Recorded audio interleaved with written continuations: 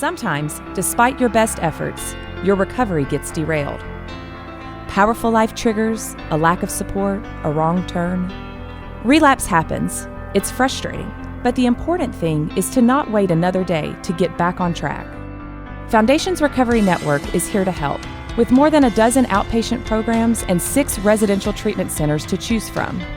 Our co-occurring treatment model gets to the root of your addiction, putting you back on the road to recovery. Call 877-714-1318 to reach our confidential helpline 24/7. We're waiting by the phone. That Sober Guy podcast contains adult content, merciless truth, and emotional nudity. Listener discretion is advised.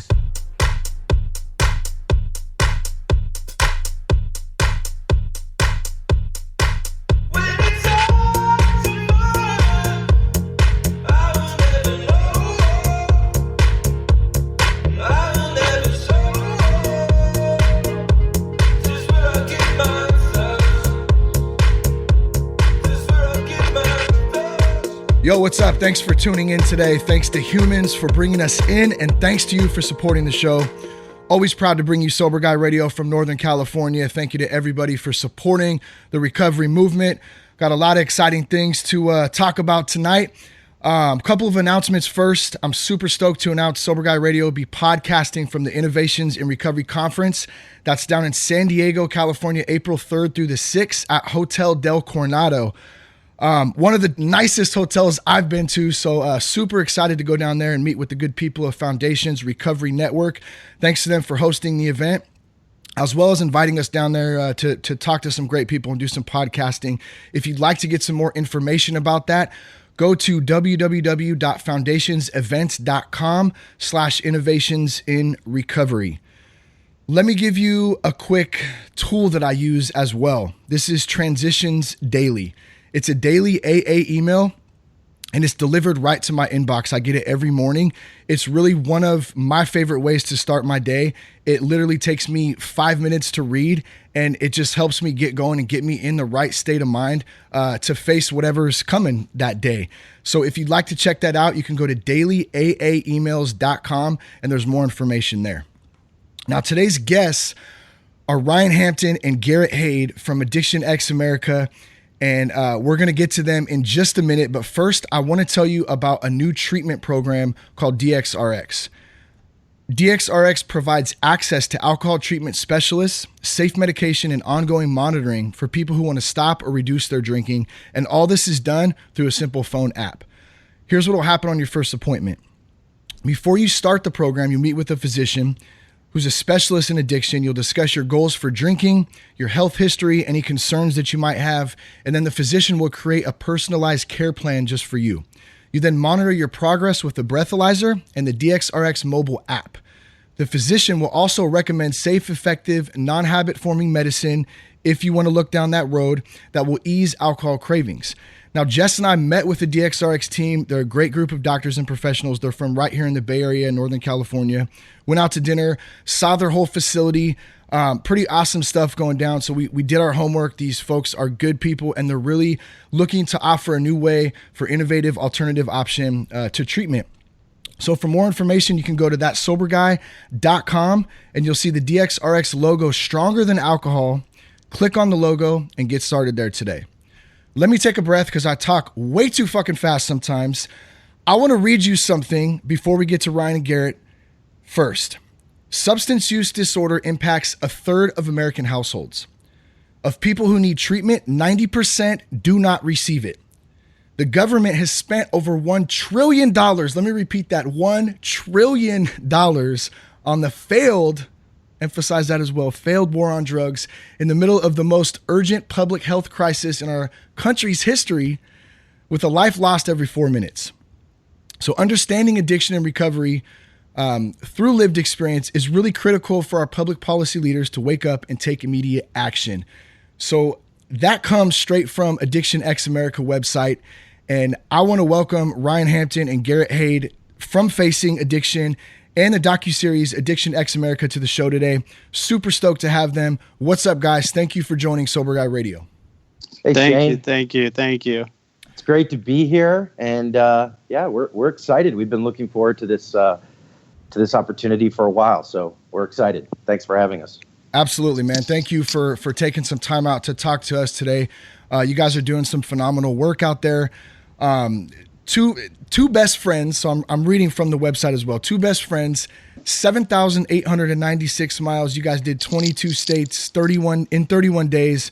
National party convention, all in an RV. I watched the docuseries. It was, I mentioned this earlier. It was really, really great.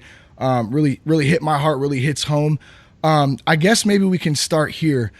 I understand that's a great place to start, by the way, because what the website doesn't say, Shane, is that we did that at 45 miles an hour because it was a 35-foot RV, and that the plan was formed from a sober living.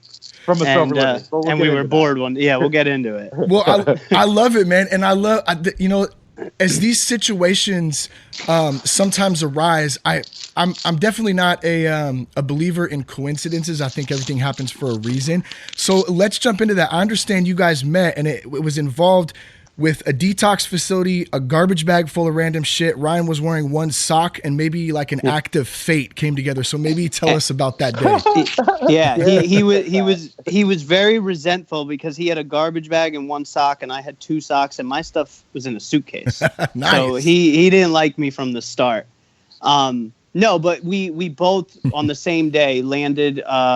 We were asked out. As the expression goes, and landed on a public treatment center's doorstep, and kind of the rest is history. But we were both on the last end, and we got very lucky. We kind of both had to it's sad to say that luck had a lot to do with it, but we had to both talk our way into this treatment center that had not many beds available. And we got in, and and from there went into the same sober living, and then got into the same job, and just started doing this thing together. And it's nothing is a coincidence. So that's kind of the rest is history. That was almost 5 years ago now. Wow. How many times did you guys try to get into a detox center or to a treatment center? Did you guys both have multiple attempts with either places being full or I mean, I guess it could be a number of different reasons why, but I'm assuming that probably wasn't the first try. Not for me, Ryan. No, I mean, I've had multiple attempts at recovery. I just celebrated 2 years. Last month, Garrett's coming up on his 2 years on Friday. Friday, congratulations! Thank you. I've just got horror stories when it comes to treatment. I'd been to multiple treatment centers. A lot of them, it's not that they weren't working, but like at that point I wasn't ready for recovery. Yeah. But most recently, when I. Thank God I did find a treatment center, and I did find an operator that let me in and put me on scholarship, and I really got the most out of it. But when it's just funny how this works out. When I needed it most, which was my personal definition of needing it most, I was ready, and I just couldn't stop, and I needed help. Almost like biblically, there was no room for me in the inn. There was there was nobody. I was knocking on every door. I was calling everybody. I was. Going to public centers, and you love the answer that you're not fit for residential treatment at this moment. Yeah. I got that a lot. You're not fit. And I wasn't fit. It wasn't a medical necessity. Here I am homeless. In and out of jail, but I'm not the candidate that fits for this mold. So those are the or come back when you're clean, things like that, or you need to have a permanent address. And a lot of the times I hit that one. Bring me your mail. Yeah, exactly. Bring me mail. Yeah. And I'm like, where am I supposed to get mail delivered to? I'm here. There's nowhere for me to go. And you run into those things, and like Ryan said, thank God we found it at the time. For me at least, I found it when I did.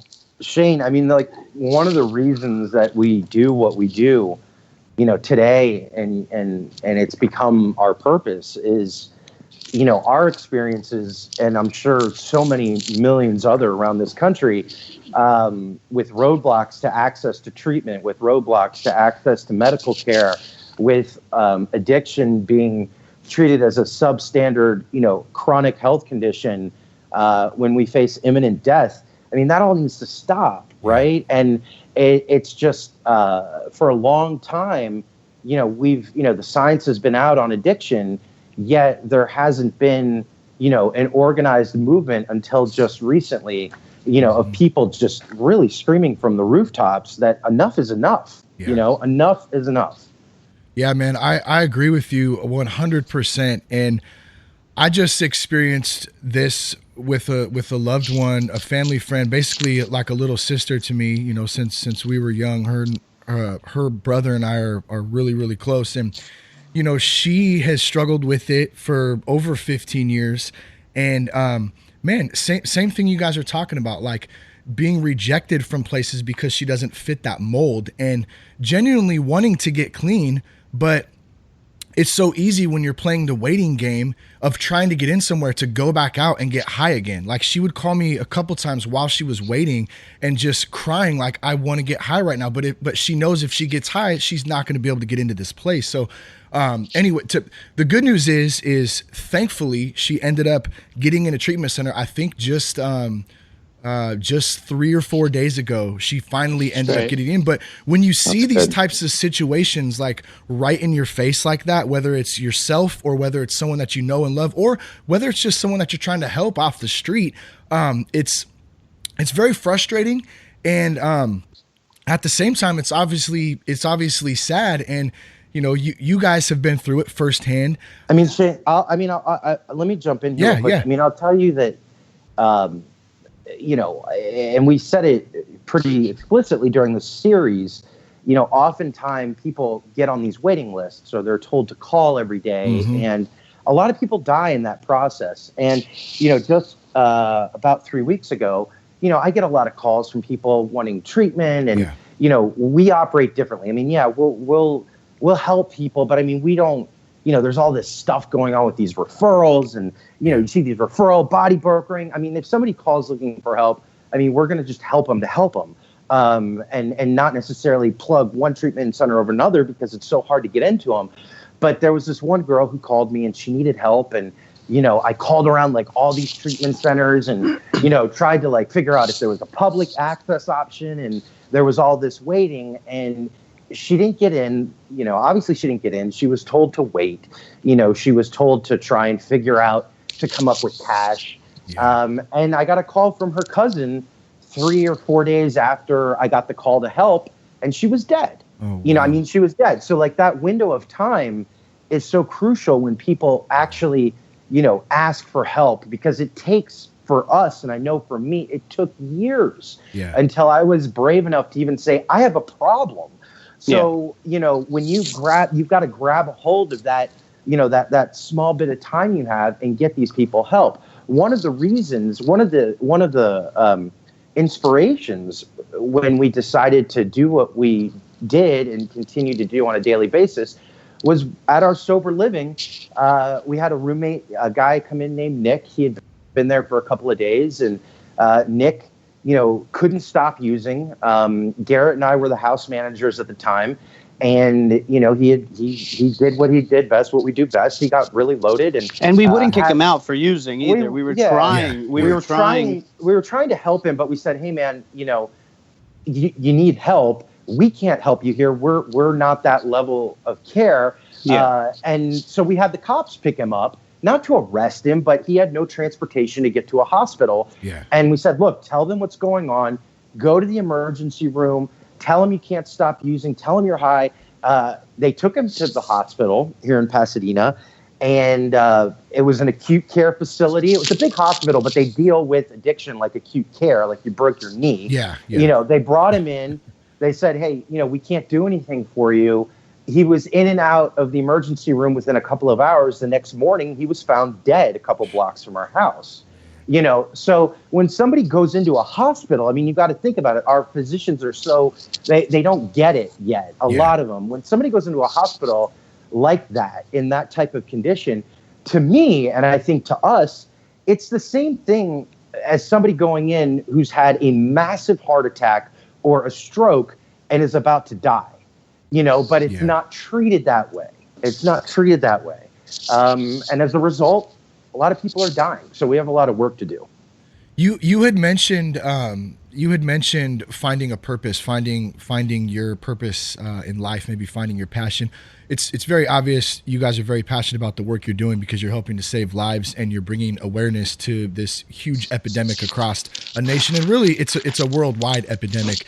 When you talk about that, do you have are you able to, like, when you deal with a guy like Nick, right, and he comes into the house, and does it give you a certain feeling to that takes you back, that gives you almost a feeling of anxiety to see people hurting so bad and see them high, like, because you can remember that?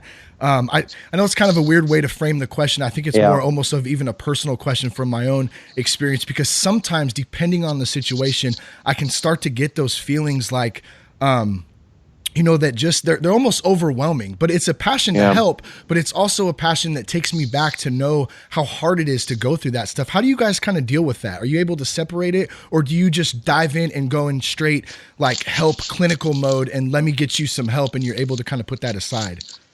I mean, you want to go ahead? For it. No, okay, go. I'll say, in the beginning, when we really dealt with this, I think you can look at it like a macro, micro level. When we deal with it on the micro level, and it's people we know and people that we've been around, and we see them die, and we have relationships with these people, and we see them, not able to get treatment and want it. And of course, there's a level of relatability with, everybody I come across. But as a result of the work we've been doing, not just in our own personal recovery programs, but in, advocacy, I know for me personally, I've had to almost create a barrier, because it's very hard to go out on a macro level and do something when you're letting every personal instance where you're not personally affected, impact you. Now, with that being said, I still maintain, I get thousands of messages from mothers and parents and families of loss and people who are in jail, people who can't figure it out. And I have a tremendous amount of empathy for them. I have a tremendous amount of compassion for them, because it's opened my eyes to how big this problem is.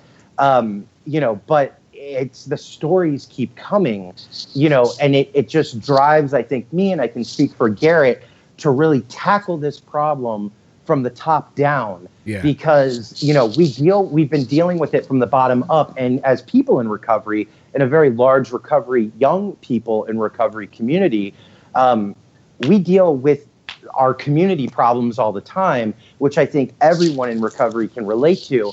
But when we look at the masses, you really have to try and separate that, or else, like, you're just going to be very depressed and upset and angry. And you've got to be able to channel those feelings into action, and to really relate to them. And, it's been a difficult balance, but I think I've certainly begun to find it as we dive deeper into this work. And if and I agree with all that. And if I might add, when we're dealing with, people, for every story, there's a lot of them, and it is heartbreaking. And really, when I sit down and where I'm hearing a story and I talk to somebody, and I can I'm trying to reassure them, but I know the process that they're about to embark on and how hard it's going to be. And I feel it. But for every one of the, because Ryan had just said, the stories we come in, and being in recovery myself, I hear these amazing transformation stories, which really propels me to keep moving forward. And yes, every story affects you in some way, especially these really, sad ones. And but that it's worth it, because at the other end of that, if they put the time and energy and are able to get the help that they need, it's so worth it in the end. I've seen the most incredible people transform their lives because of recovery. So kind of like balancing the two and like knowing what you're walking into, the reward, the reward is incredible. So that's kind of how I balance it out in my mind and how it's worth it to me. So Garrett, I have a comment and then a question for you, man. So number one, I'm just realizing as you're talking, as this goes live, this will be the day that you're celebrating 2 years clean. So first and foremost, man, congratulations to that, man. I'm sure it's been a hell of a journey, and that's fucking awesome, dude. Appreciate it.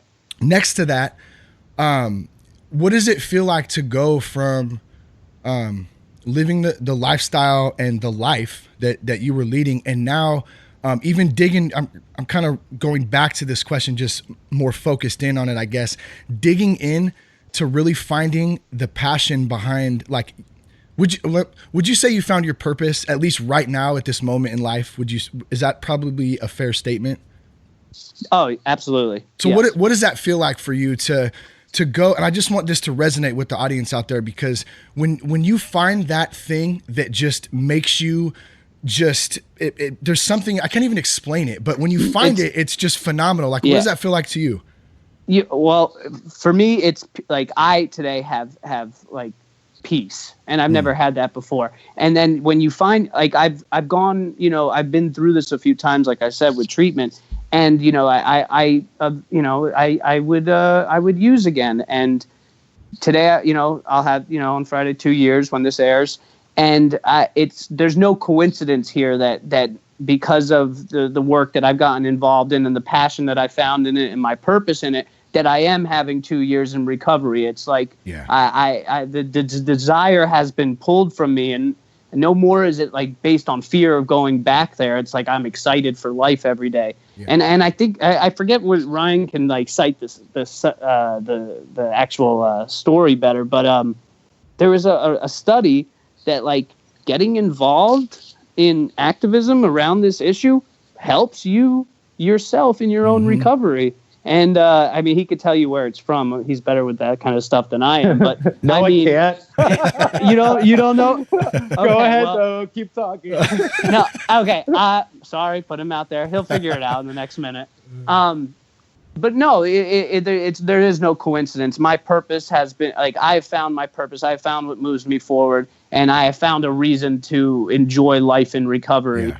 And that is helping others to also find that. And it's just as simple as that for me today. It's like helping another person find recovery definitely is my purpose in life. And my life gets immensely better each time I do that.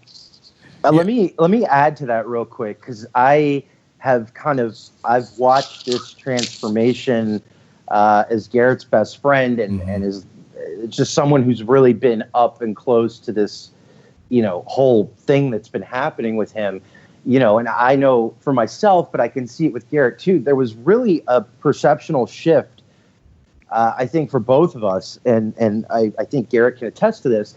When we both decided, when we saw what was going on in our community, like, we didn't have to look any further than 3 square miles here in Pasadena, California, to realize that there was this national, worldwide crisis going on, and decided that we were no longer going to be ashamed, nor were we going to be stigmatized, nor were we going to be anonymous in terms of who we are, not anonymous in terms of what our recovery program is, which are two very different things, but anonymous as to who we are as our authentic selves. That moment in time, I can at least attribute to me as a complete game changer. My life changed. Yeah. My life changed. I accepted who I was, and I started talking about it. And the talking about it led to ideas and innovation and action. And as a result of that, other people started doing the same thing. And there was this ripple domino effect. And, I don't any longer have to, and I empathize for people who still do, but I think we're getting to a point in time where saying that you're a person in recovery from addiction or that you're suffering with addiction should be just as widely as accepted as coming out and saying you're gay. Yeah. And we deal with very similar issues as the LGBT community did. But that moment in time for me, And I can, as someone on the outset who's experienced Garrett's recovery up front, I can say for him too, really changed, the dynamic of our personal recovery. I mean, and it's like, I would have never, at 6 months sober, I would have never told anybody that I was in a sober living. Really? There's a huge stigma that I associate with recovery, and this is just for me. It was easier to talk about like my addiction and disease than it was for me to talk about, where I was at, newly sober. And like Ryan said, like I saw it in him when it happened too. It's hard, you see it in other people, but the moment we were able to come out with that and be like, I made, I was in my disease. I made some mistakes. So here I am now. This is where I am, and this is what I'm doing to move forward. It definitely was a transformational experience. I mean, recovery also, will show. I mean, as people start to, live in recovery, like full potential in recovery, you'll realize that, like, unlike a lot of other things in this world, I'm 36 years old. Garrett's 30 years old. I'm starting to realize that, like, that person who lived in active addiction, sick, with a chronic brain illness, I was sick. That's not who Ryan Hampton was. Ryan Hampton is the guy in recovery. Garrett Hade is the guy in recovery, what he's doing right now. And as people realize that, there is nothing to be ashamed of. Like, your story empowers other people. Your story it can save a life. You never know. So I encourage people to do that. I encourage people to not be ashamed. I do understand there are, like, societal circumstances that require you to not be as open about it, but the work we do today and what we're doing, the main focus of that is to break those barriers down. Well, dude, that's such a good point you said about, both you guys touched on it in different ways, but about not knowing who you were as a person. And I know from my own personal experience, there was nothing more just satisfying and just felt so good than when I could stand up and just know somewhat who I am as a man, like as a person, as Shane, as just a husband, as a dad, like the things that I enjoyed to do. I didn't know who that was for 31 years. Like, I did not know who that was. And that was part of the reason I think that I turned to alcohol and to drugs, was to deal with those things that I was too scared or didn't have the tools to deal with. Like, nobody gave me a book and said, here you go, like, here's how to deal with life. You know what I mean? I just kind of had to figure it out. And if I'm not dealing with that stuff, if I don't have the tools, then I use alcohol and drugs as the tools to do that. But once that thawed out, just like you guys are talking about, man, it's like people, I'll say to people, like, I genuinely, like, getting fucked up all day was the same thing. It was monotonous. It was exhausting. It was tiring. It was over. And it was the same thing every day. In sobriety, dude, it's something new every day. And, like, I'm genuinely excited to, like, wake up and see what God has in store for me. And people look at me sometimes like I'm a lunatic, because they're like, really? Like, and I'm not trying to sound cheesy or anything, but it really does something that is just, it's almost inexplainable. Let's jump into this. I understand you guys, after you met with the garbage bag and the one sock and in the detox center, and Garrett had a suitcase, that's awesome. You guys ended up on a back deck smoking a shitload of cigarettes, trying to figure out this thing called life. So let's kind of backtrack. I really want to tell some of this story to the audience out there and let them know your guys' journey and what you guys have been through in the last year or two and leading up until now. Well, to back it up a little bit. So, I mean, like, even when I was in my addiction, I was always very politically active, right? I mean, that's an important context. I had a little bit of success in, like, the political world. I had worked on campaigns. I was, not a well person, but that was kind of what I did as a trade. Yeah. Now, since I did lose all that, it's important to note, as a result of my addiction, nobody wanted to talk to me. Nobody wanted anything to do with me. I was known as the heroin addict who pretty much could have done so much with his life, but sad story, lost it all, and that's just who he is. Wow. So we were, and I had been disconnected from politics for a couple of years. It was very late at night one night, we had gotten back from a trip. One of our close friends that we found recovery with died. of an overdose in Texas. We were losing friends in our community that had died. And, this was in the midst of the presidential election of 2016. And we're sitting on the deck one night and, I'm just scrolling through my phone, reading the news headlines, and I'm like, wait a second, there's a primary coming up in California, in a couple of months. And, they're going to need delegates to the national convention. And I'm looking it up and seeing the process, and it's an election, and there's a caucus, and, I didn't really understand what that meant, but I was like, hey, maybe a way to raise awareness is I'll use some of these skills I knew from back in the day, and we'll organize the community, and we'll talk about the issue, and, I'll run for delegate, and we'll bring everybody together in our community, and we'll just go, descend onto this caucus, and we're just going to hammer everybody, with, how we need reforms in the addiction space and how we need answers. Whoever invented the word caucus, they should just be punched in the face. I hate that word, but sorry. Go ahead. Yeah. So, that night, kind of the idea was born. And the next morning I filed and, we organized the community and we showed up, we spent every penny we had on pancakes. Recovery and pancakes go hand in hand. And, That's awesome. We got about 70 young people. A lot of them had never voted before. We got them registered to vote. We showed up and it was this huge, I go back to that day. It must have been 500 or 600 people. None of them, any of us knew.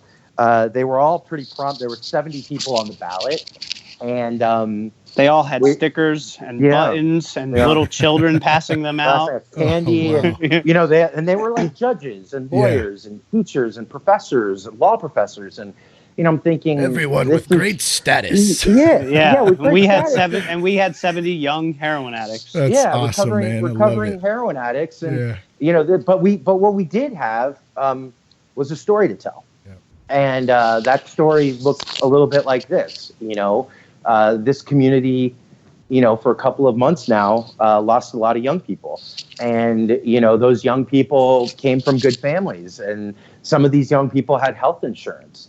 And a lot of them tried to get access to treatment and they couldn't because, like I said earlier, there was no room at the inn for whatever reason that may be. And as a result of that, they died. And we were, people that were trying to pursue a different path in life and had decided that we were no longer going to be silent about it. So we spread out and we talked to everybody. And you cited a statistic at the beginning of the show of 1 in 3. And that day, that 1 in 3 number became very real to me because literally every other person we talked to had a story to tell us right back. And it looked like I came from an alcoholic household. My brother is in drug rehab right now. I lost my granddaughter to a heroin overdose a couple of months ago. And people weren't just open to talk about it. They wanted to talk about it more than they wanted to talk about taxes or immigration or walls or, all this other stuff. And what we saw was quite incredible. They counted the ballots. I won. Everybody wanted to keep talking about it. And then kind of what happened after that was just a lot of attention around the issue locally. People wanted to keep that narrative going.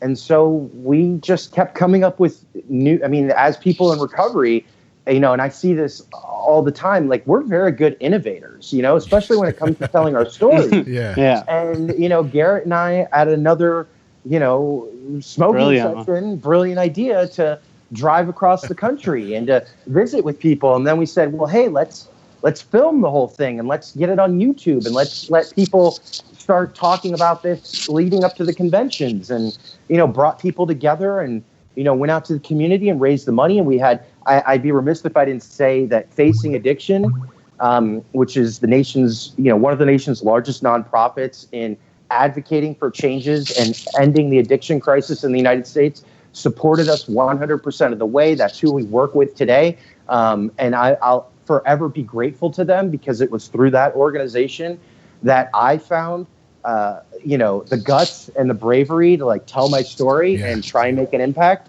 And it was funny because during the trip we're thinking, everybody's going to be talking about this. Well, they were, but like everybody started coming out of the woodwork after the trip and really wanted to like find out, how do they tell their stories? How do we keep building this platform? So Addiction X America was born, and it continues to today. And I am blown away daily by the stories that I get and the people who are willing to come out of the woodworks and just really dive in there and do whatever they can do. And people have realized as a result of this project that you can make significant impacts. You can change history, not by getting involved in the policy and the legislation, but by just telling your story, just talking about your experience. I mean, we can shift this entire paradigm, and we're seeing it happen. So that's a very gratifying thing. I 2 years ago, if you would have said, on your 2-year mark, you would have completed this cross-country tour and filmed a documentary series on addiction, and your entire purpose in life is to go out and change, policies on addiction by telling stories. Yeah. I would have said, you got the wrong guy. It's not me. Yeah. What happened to the dude? I'm sorry, I can't remember his name. There was so in the docuseries, for those out there listening, there was quite a few different people from different parts of the country, different races, different backgrounds. They all obviously had this thing in common of addiction. There was one guy, I think it was in the first part, Daniel, who was from in the St. Louis hat. He used to be a drug and alcohol counselor. Yeah. What happened with that guy, dude? There was something about him. Daniel went off. So Daniel completed his treatment.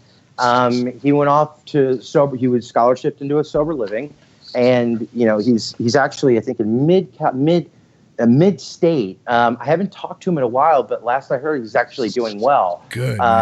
Daniel was looking for a new way and just needed to break into treatment. But I mean, it's actually a funny story.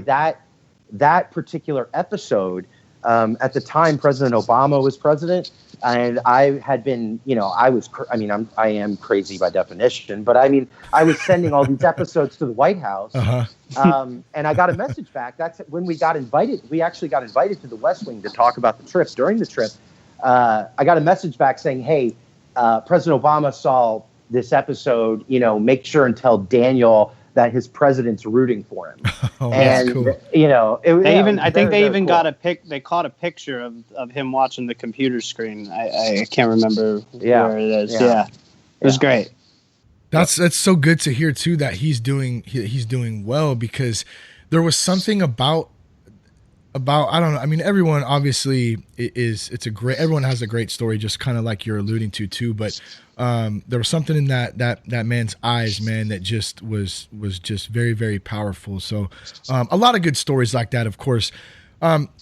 As you guys go through this trip, obviously on a road trip, there's always funny shit that happens. Like, what are some of the fun things, like some of the funny things that are just ironic, or some of the good times, I guess, man? I think it's important that we touch on those things too.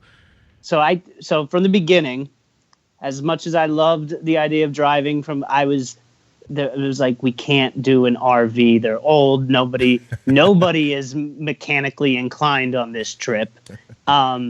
It became part of the story, and it was actually worked out well.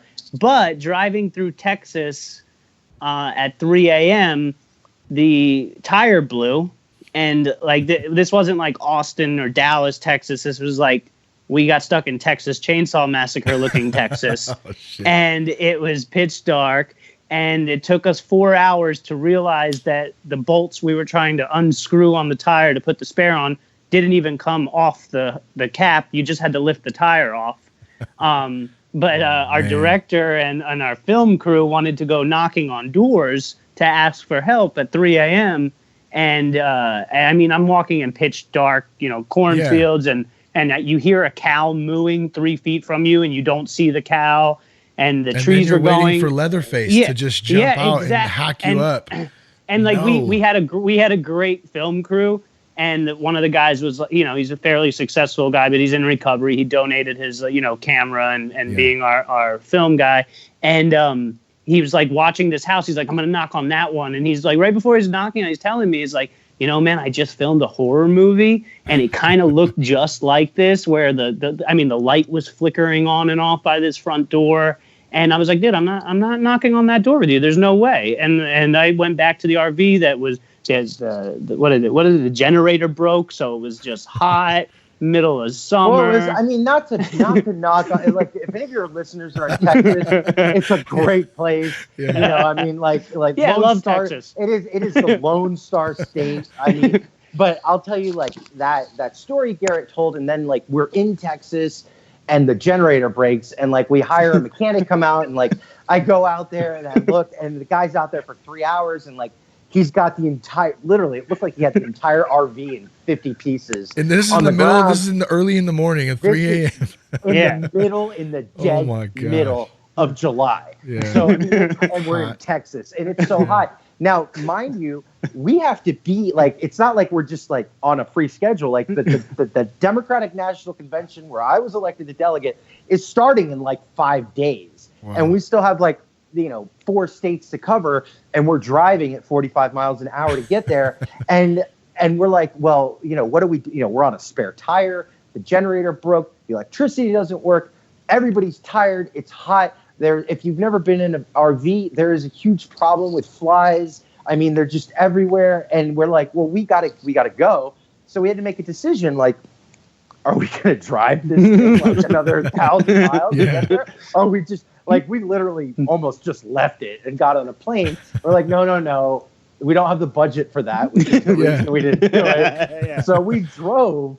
But I'll tell you, Garrett, by the time we got to Philadelphia, the TV, the film crew, they got to fly home direct. Yeah, can I just tell you? Can I just tell you one? Let me add one other funny thing. And did you drive it, Garrett? Were you driving? Oh, Ryan and I only. It was just me and Ryan. We switched back at 8-hour shift. Neither one of us have ever driven one of these things. Yeah. But let me tell you, our director, and I love him if he's listening. He's a vegan, and it is not easy to find whole food markets everywhere in this country. Yeah. So that was another mission that we went on and off, but he wouldn't mind me. Yeah, we're in Montgomery. We're in Montgomery, Alabama, and, like, every other corner has, like, the best barbecue in the world. But but our director's ready to, like, drive to, like, Michigan to go eat vegan. Know. It was a great experience. I'm glad we did it. I don't think I'll ever take a cross country trip in an RV. I have to drive. I say this extremely with a tremendous amount of love and affection. It was by far the definition of a once in a lifetime experience. That's it. Yeah. Unless somebody else is driving, maybe, huh? Yes, driving, and it needs like a brand new tour bus kind of thing. That's great, man. I love it. I love it. What's going on these days with you guys? So obviously the docuseries is still out, and where can folks find that at, actually, too? Can you give them people? Sure. People can, on YouTube, you can search it, Facing Addiction Across America. But if you go to facingaddiction.org, there's a link there for the Addiction Across America series, and pretty much everything we do you can find on facingaddiction.org. AddictionXAmerica.com is more of a kind of a recap of the series, and it links to the entire series there. But today, when we got back from the trip, a couple things have happened, right? I was, the convention was over. Garrett and I went to New Hampshire and we campaigned for Hillary Clinton, and we were very certain of a new Clinton administration coming in. And the script was flipped very quickly for us on election night, and we both had to go in from really. We were talking with the transition team, and we were talking with people who were going to be coming in as, like, the new director of drug policy and the new secretary of Health and Human Services, and there were all these plans and memos that had been written out with colleagues of ours about how we were going to be implementing new addiction policy in the United States. And election night came, and I think the world was shocked by the election of Donald Trump. And, we that night, and it was on the plane trip back, really had to make some decisions. And I can remember sitting next to Garrett on the way to the airport the morning after the election, and we're talking about it. I'm like, you know what? Nothing changes at this point. The only thing that really changes is that, we are now kind of shifting gears into a much more activist, from advocate to activist, where we're really going to need to get involved and try and work with this administration. And, maybe, Donald Trump, to his credit, a lot of things that I don't like that he's doing. And, I try not to get involved in the politics of everything else going on. I will say, though, that we're hoping there's a shot that he's going to listen to some sensible policy on this issue because of his personal, like you said earlier in the show, lived experience with losing his brother, Fred, to alcoholism. And by the time this airs, that first joint session of Congress, which is Tuesday night, will have been over. And I think there's going to be some talk around drug policy around that and what he's going to do. But the work, when we kind of thought this was going to be kind of capped off on election day and we were going to go work for a nonprofit and just keep doing what we do, this whole movement has started around the country. And it's not just a movement of like resistance, it's a movement of persistence when it comes to the recovery community. And so we're doing everything we can, day in and day out, not just to raise awareness, but to really break silence. And, the more people that come out to break silence and get involved in this movement, I think the more success we're going to have long-term with doing things like, creating more pathways to recovery, to increasing access to treatment, to training physicians, to providing public funds for treatment for people who need it that don't have money, to expanding access to healthcare. There's been a lot of talk. I mean, we didn't think we'd be getting in the middle of this whole Affordable Care Act discussion, and it's clear that the Affordable Care Act will be replaced with something, but our fight is very segmented with that, and that's you need to protect essential mental health and addiction benefits, right? Yeah. Because without that, we lose the ability to, we actually go backwards. We need, another big thing has become criminal justice reform and, not jailing our way out of addiction, which we learned as a result of this trip. And we've spent a lot of time in jails. We've spent a lot of time with inmates. We've spent time with sheriffs, with law enforcement officers who will tell you, we don't know what to do with this, but what we've been doing isn't working. Yeah. Right? Yeah. So, every day is different when it comes to recovery advocacy. And we certainly can't do this alone. I mean, there's either impacted directly or people who are suffering. There's 45 million of us. And together we could make up the largest voting constituency in the United States. So, yeah, well, one of the things too, man, that I really, Ryan, respect you in your work as well, because this is such a bipartisan issue. And like you kind of touched on, you try to stay out of the other stuff. It's a nonpartisan issue. Exactly. Even a better way to put it, because it's really about helping people who are sick, right? At the end of the day, I mean, that's really what it comes down to. And I can't imagine, though, going through that journey that you guys went through, and back to what you said, like you kind of try to stay out of the other issues and stuff.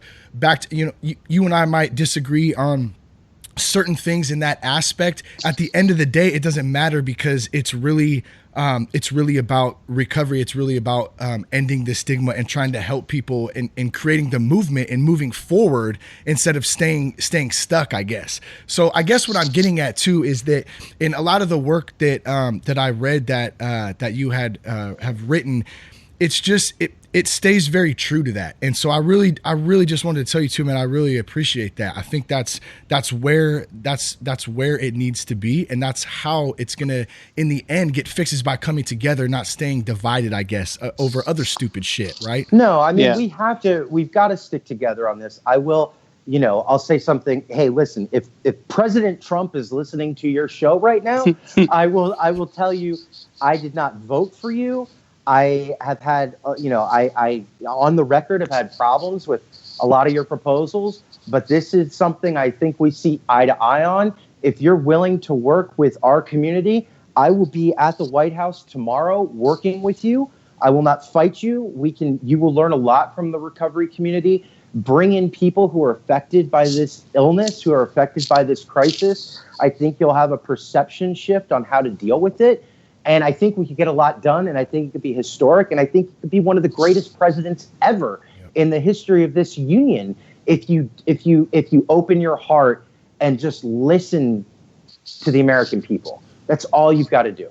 I would agree with you on that. And back to the story thing, man, I think that circles back in just that great statement that you just made is when people have a personal connection, no matter who, and most of us know somebody, if it's not directly ourselves, a family member, a loved one, a friend, somebody. President Trump has, like you already mentioned, his brother Fred, he lost it. He's got a personal experience with that. So I'm with him, and I'm really hoping that he really stands up and unites the people in bringing some different policies and help out there. Just like we were saying earlier, how hard is it to go and to get into a place when you don't fit that mold? So how do we kind of change that? And that's the work that you guys are actually out on the street doing. So I commend you guys for just bringing awareness and getting out there after it and doing it, man. And I really appreciate you guys coming on the show tonight too, and talking a bit about your story and all the good things going down. Thanks. Shane, thank you. And when we I'm going to make an invitation to you. I think we'll be doing some other stuff coming up very soon, similar to Addiction X America. We'd love to do this again with you when we launch that. And if folks who are listening to this right now, if they've got a story to tell, well, we all have a story to tell. If you want to tell your story, if you want to make an impact, go to our website, Addiction X America, go to my website, ryanhampton.org, hit me up on social media. I'd be more than happy to give you a platform with no strings attached, no treatment centers, no people sponsoring it, just your authentic self telling your story. I'd love to do that because we need more of it. And thank you for the time, Shane. Yeah, really thank you, Shane. Thanks again for listening. Thanks to our sponsors, Foundations Recovery Network, DXRX Medical, and Sober Nation. Much love. Thank you for tuning in to another episode of Sober Guy Radio. You can help support us on iTunes by leaving us a review, or you can go to thatsoberguy.com and you can help support us by clicking the Patreon button and become a patron. Help us keep bringing you the best